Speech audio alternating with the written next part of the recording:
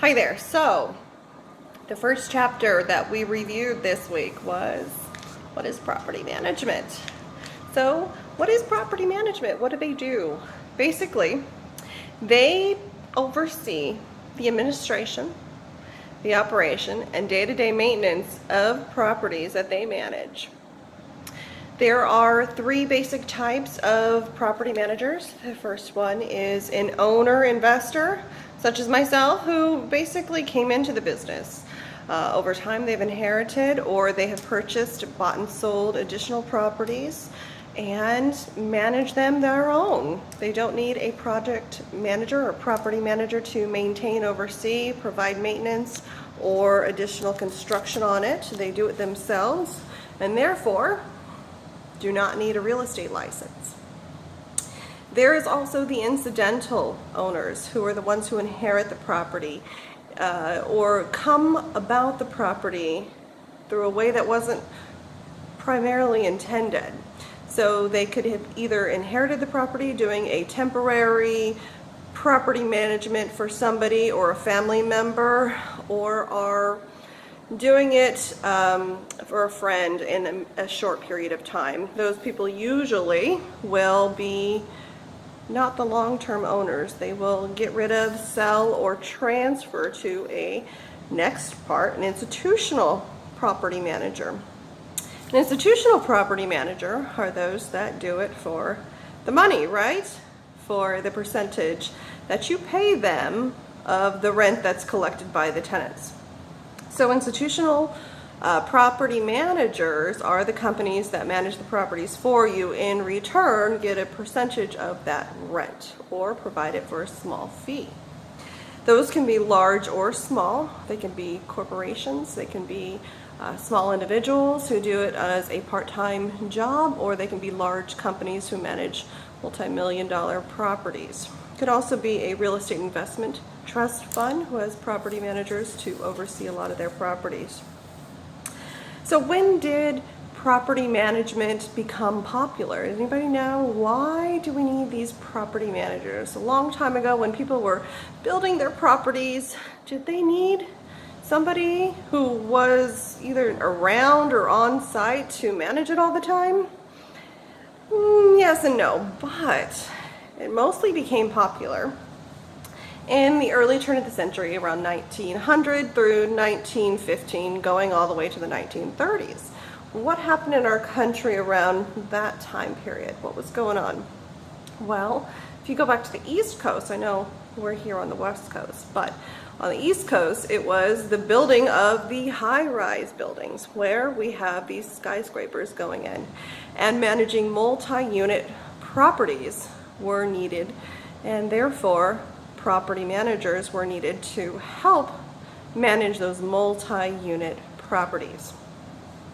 In addition, leading up into the 30s, for the Great Depression, a lot of banks were foreclosing on properties, and during that they acquired a lot of assets as an interim manager that they didn't foresee managing. So they needed property managers to manage those for them during that time period when they were going to sell off those investments in one form or another. So that was basically the rise of property management in this country. It was definitely also in the 60s and 50s when we saw the rise of the baby boomers coming out and the condominiums being built right and left. A lot more units, a lot more families, a lot more babies being born. Therefore, we needed people to manage those living quarters.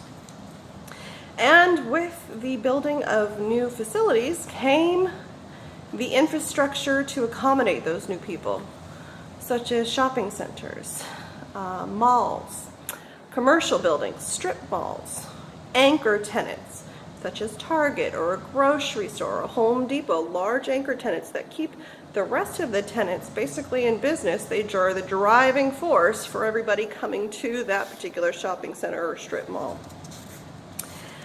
That also triggered the need for property managers. So what do they do in that situation? What do property managers do?